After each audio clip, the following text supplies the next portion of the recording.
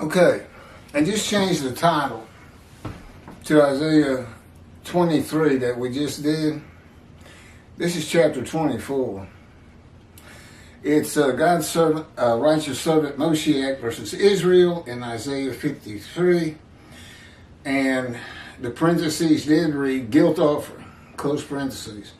I've changed that to Tobiah's guilt offering, in parentheses. He's the only one that that says it's a guilt offering. Jews for Judaism, chapter 24, total different commentary on 53. It's based on world exaltation of the Jewish people, which has never occurred. So today, 53 can't be Israel. And I will tell you, and I have told you, it never will occur. You're not going to get 2 billion Christians to disavow Jesus. You're not going to get 2 billion Muslims to disavow Allah as they know Him. And they're not going to take off from their mosque the last messenger and prophet of God, even though it's not true. I am the last messenger and prophet of God, God's righteous servant of Isaiah 53, Moshiach. Why these two didn't just keep with what the Talmud did, even the Rambam. They said it's a personal Messiah this Isaiah 53 describes.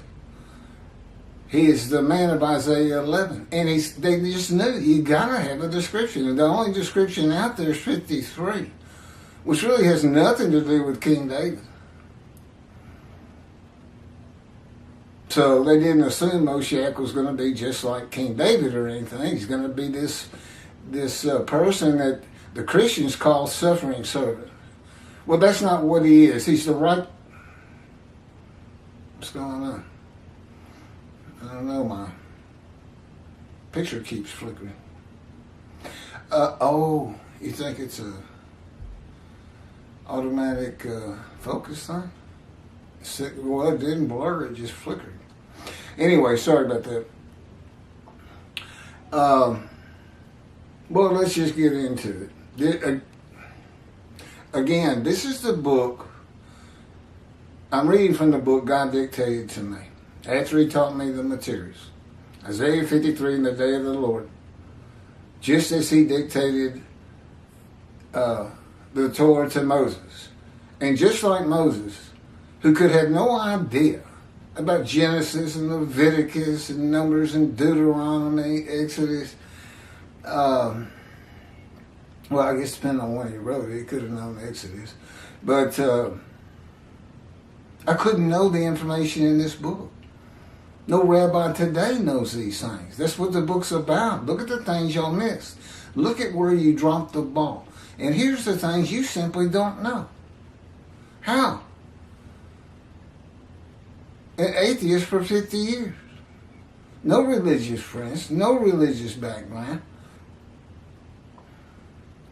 An atheist for 50 years. And a Gentile from Texas. It doesn't make me a cowboy, by the way. I grew up in Houston in the city. But I did get shot through the abdomen on a ranch, so that's Texas for you. The belief that Isaiah 53 describes the Jewish people as one man Israel, that is often attributed to Rashi, is now the prevalent teaching on the subject. Jews for Judaism is one of the most followed on the internet in its analysis of Isaiah 53 being the people of Israel. I don't know, Tobiah's got 66,000 followers. I would think Jews for Judaism has more, just because they're international. The following is from Jews for Judaism, Isaiah 53, verse by verse. You can find this on their website. You can download it, as a matter of fact, if you want to see the whole thing. I'm hitting about 3 of their verses. quote, which they do not have. Okay, but my book shows it, but it doesn't close at the end of 52:13. It closes at the end of 15. They don't have it. And this is from the JPS 1985 version, translation of Hebrew to English, from scratch, from the Leningrad Codex, the oldest Hebrew Bible in existence. 52:13, behold, my servant shall succeed, he will be exalted and become high and exceedingly lofty. This is the commentary of Jews for Judaism. The success and exaltation of God's servant. He doesn't say righteous servant. Is an event that the prophet sees as futuristic. The immediate context, 52:7-12, tells us that this is part of the blessing that Israel will experience at the time of the restoration. Couldn't be more wrong. Oh, I'm going to have my commentary on this. It comes up next. It couldn't be more wrong. I think this fellow's last name is Kravitz with a K. I've been saying Michael Skoback, but that's going to change to Kravitz. My response to the commentary of Jews for Judaism on Isaiah 53:13. In Isaiah 52:13-15, a multiple verse quotation, the Lord begins to describe his righteous servant of Isaiah 53. Isaiah 52:13-15 should have been verses 1-3 of chapter 53. My servant to be exalted and become high and exceedingly lofty, because of these quotes and because of the words themselves, is now the Gentile man that God comes with from Edom, a Christian country, and of the Jewish people, none are with him. It is not the exiles. It is the gentle that becomes my righteous servant in Isaiah 53:11 after passing the test of devotion, in Isaiah 53:10 when he makes himself an offering for guilt in a covenant with God. The immediate context of Isaiah 52:7-12, okay, before you get to the quotes, 13-15, is poetry and an announcement of prophecy fulfilled in the return to Judah of all 13 tribes who had all been deported and exiled to Assyria and Babylon at one time or another. That's what 52 is about, until you get to 53, which is verses 13-15. The exalted has nothing to do with the servant, the Jewish people. My servant, exalted, was the Assyrian Babylon exiles, and the victory in sight of all the nations was the second temple. It was not a futuristic prophecy. The return included God's forgiveness of all the sins and inequities of the Assyrian Babylon exiles. Jeremiah's time to come of the new covenant with sin forgiveness in the day of the Lord is for the Roman dispersal, the diaspora, and is futuristic. The translation of our scroll and Shabbat of Isaiah 52 that Rashi comments on does not include the quotations that combine verses 13-15. The translation used by Jews for Judaism for its commentary also does not have the quotations. They are the only verse quotations of Isaiah 52 and a demarcation of the verses of the fulfillment of prophecy by the return of the remnant of the 13 tribes from exile. They are the beginning of the description of God's righteous servant of Isaiah 53 and have nothing to do with the exiles. God's servant, the Jewish people. God's righteous servant is a Gentile in the beginning. The translation of the Jewish Publication Society has the quotations, 1985 versions. I don't know that they have it in the earlier versions, but they started with scratch in 55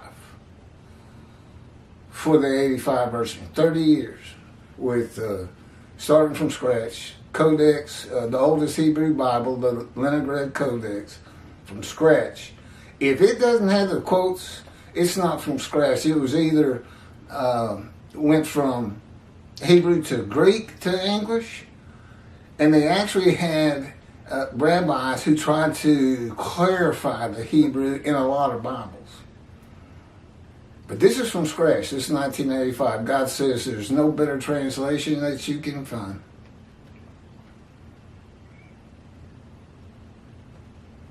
"13.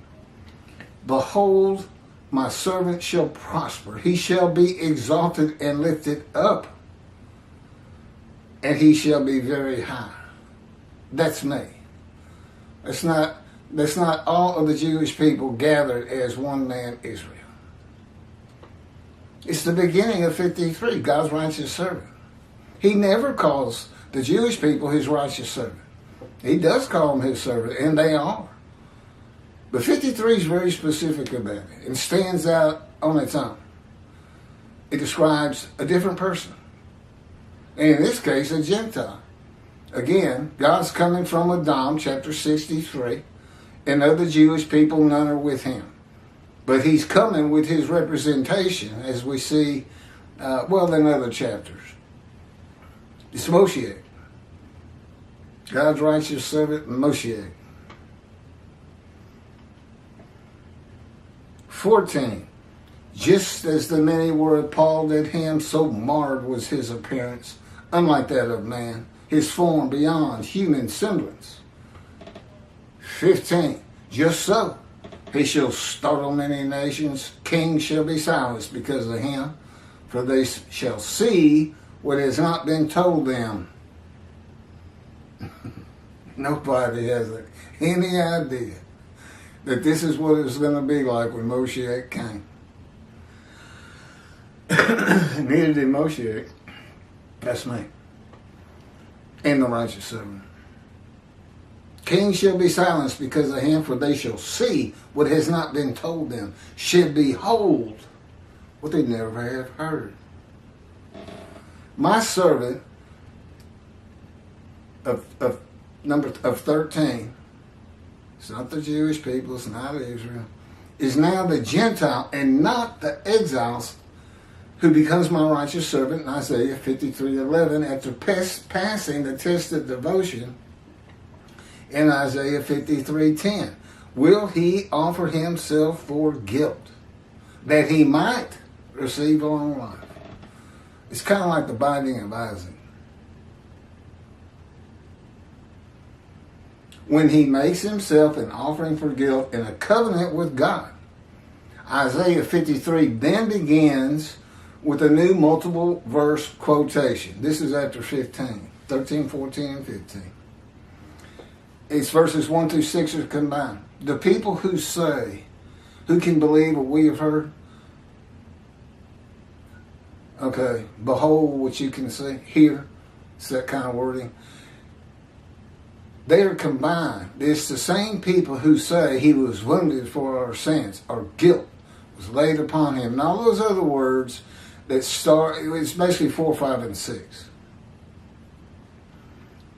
Those are the many to be made righteous. That's their problem. They're not righteous. They don't follow God's laws, rules, and commandments. And what's the story about? A man, a lowly man, rising high. Rising high. I'll get to it. And making the many righteous with his knowledge in long life. That's them. That's the many. That's what the story's about. You start out with those who need somebody to teach them and draw them back to Judaism. And the rest of the story is about just that. Let's describe him It's a man of sorrows, familiar with disease, crushed with disease, exposed to death but given long life, many other things. We'll get to them.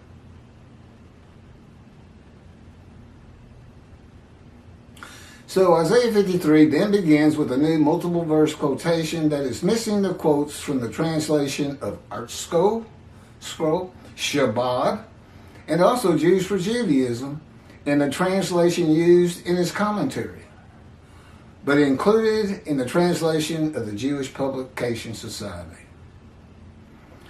This is 53, 1 through 6. Who would believe our report? And to whom was the arm of the Lord revealed? And he came up like a sapling before it, and like a root from dry ground. He had neither form nor comeliness. And we saw him that he had no appearance. Now shall we desire him? Despised and rejected by men, a man of pains and accustomed to illness, and as one who hides his face from us, despised, and we held him of no account. Indeed, he bore our illnesses. This is verse 4. And our pains, he carried them. Yet we accounted him as plague, smitten by God and oppressed. But he was pained because of our transgressions, crushed because of our iniquities. The chastisement of our welfare was upon him. And with his wound we were healed. He was oppressed, and he was afflicted. Yet he would not open his mouth. Like a lamb to the slaughter he would be brought, and like an ewe that is mute before her shearers, and he would not open his mouth. Oh.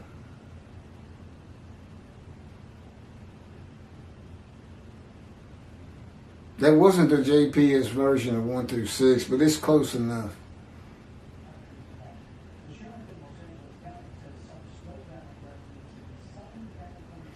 The speaker is no longer God from the Isaiah 52 multiple verse quote, but is the witnesses of God's righteous servant of the Isaiah 53 multiple quote verse that follows. The witnesses, who are Jews, identify themselves as one of the many made righteous by God's righteous servant, saying, it was our sickness that he was bearing, our suffering he endured. That's verse 4. He was wounded because of our sins, crushed because of our iniquities. Verse 5. He bore the chastisement that made us whole, and by his bruises we were healed. Verse 5. And the Lord visited upon him the guilt of all of us. See also verse 6. Oh no, that's verse 6. And see offering for guilt in 53:10. I gotta get the TV. My parents are in their 90s. They can't hear you. I gotta go shut their door. In the last hour or so, so we'll watch that.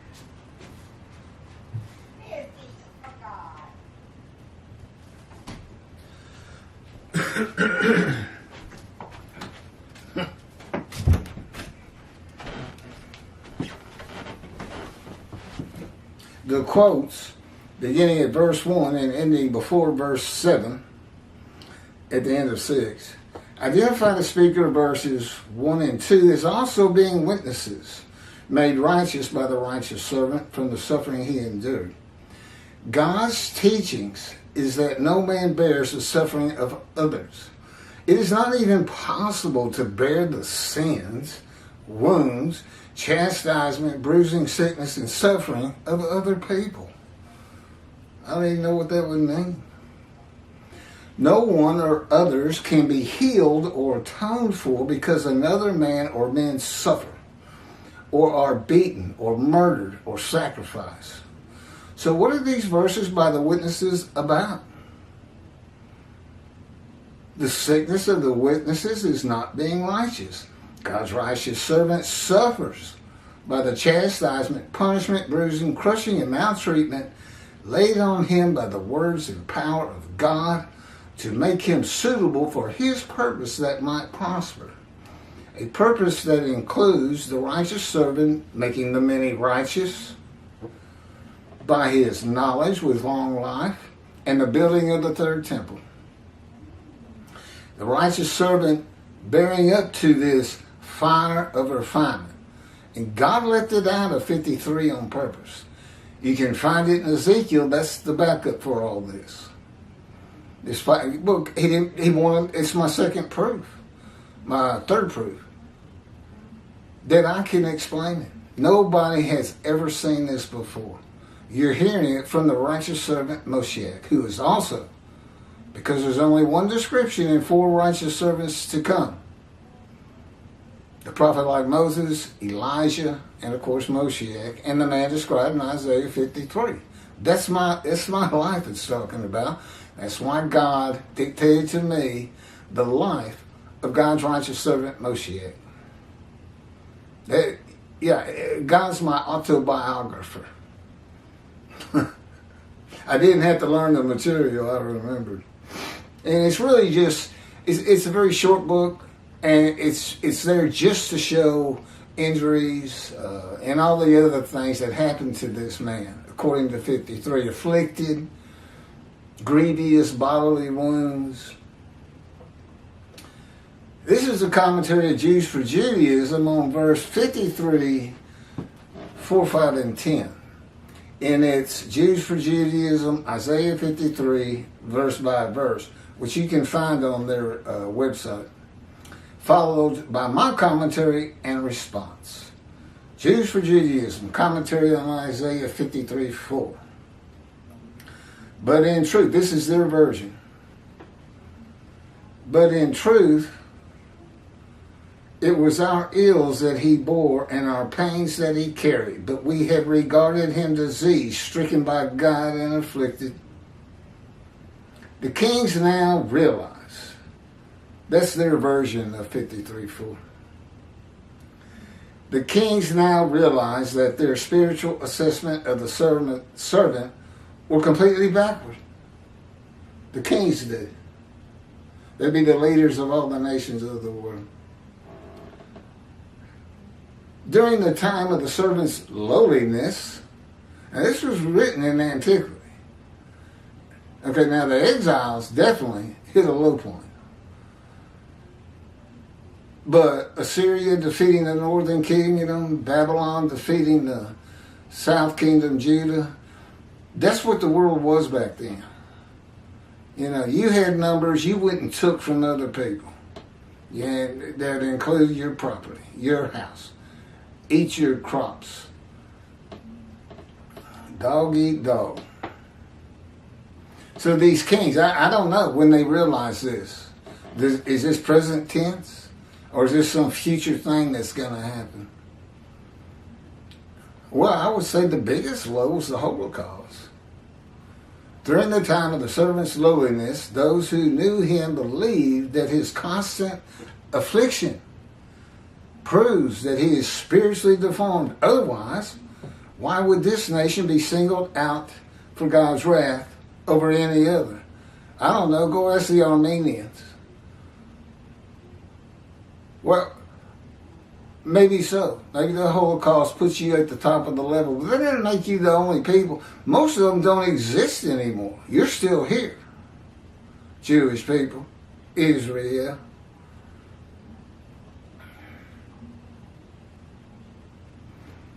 But now, with the servant's exaltation, when? It's an event that cannot occur. No, 2 billion Christians aren't going to disavow Jesus and say the Jewish people have been right all along. It's the God of Israel. 2 billion Muslims aren't going to do that either. The world is not going to exalt the Jewish people, and God makes that clear in the covenant of friendships. He simply says you'll be safe on your soul, and you will no longer be the taunts of nations when I place my temple amongst you. Not be the taunts of nations. Does that sound like kings bowing down of the nations of the earth and exalting the Jewish people? Everything in this commentary is based on that happening. or has happened. Well, they don't do that. On something that's never going to happen. The entire covenant, you got to throw it out. 53 is not Israel, period. And you know, if you read the previous chapter, 23, you know all the different reasons it simply cannot apply to them as one man Israel, the Jewish people. But now, with the servant's exaltation, as though it's happened. Look at this. That's fraudulent. They realized that the servant was not more wicked than them, but more righteous. Now, this guy can tell the future. He's going to see that. They realized. The kings of the nations realized. The leaders in China, North Korea, South Korea, they're going to realize this as they exalt the Jew. World exaltation, they call it.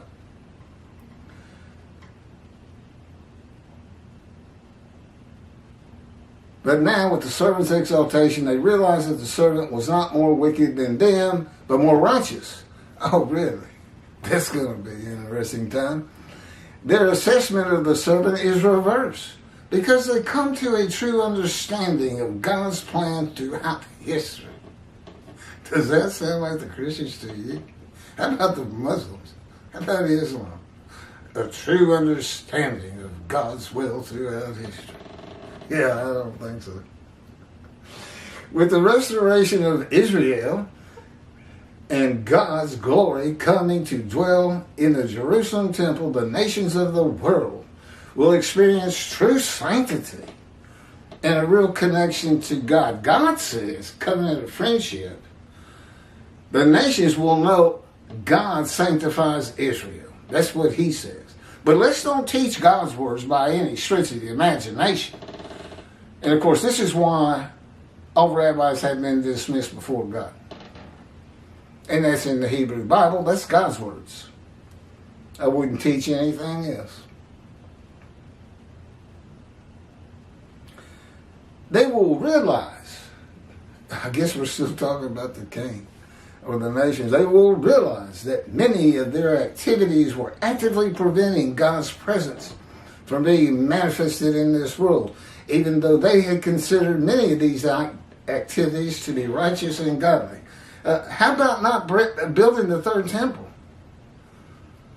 Who's keeping him away?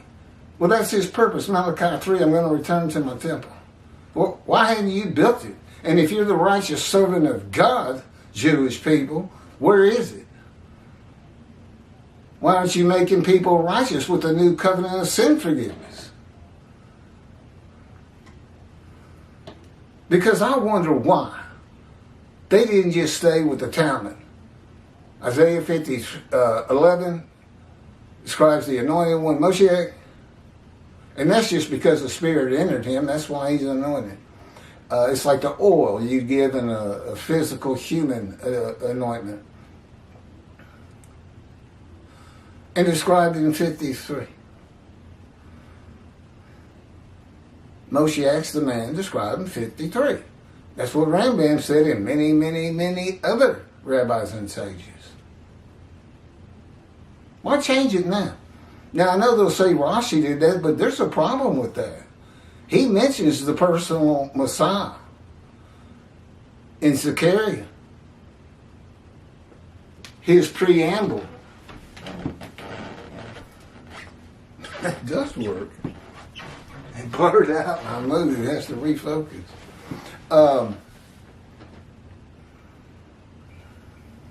Anyway, I don't know where I was.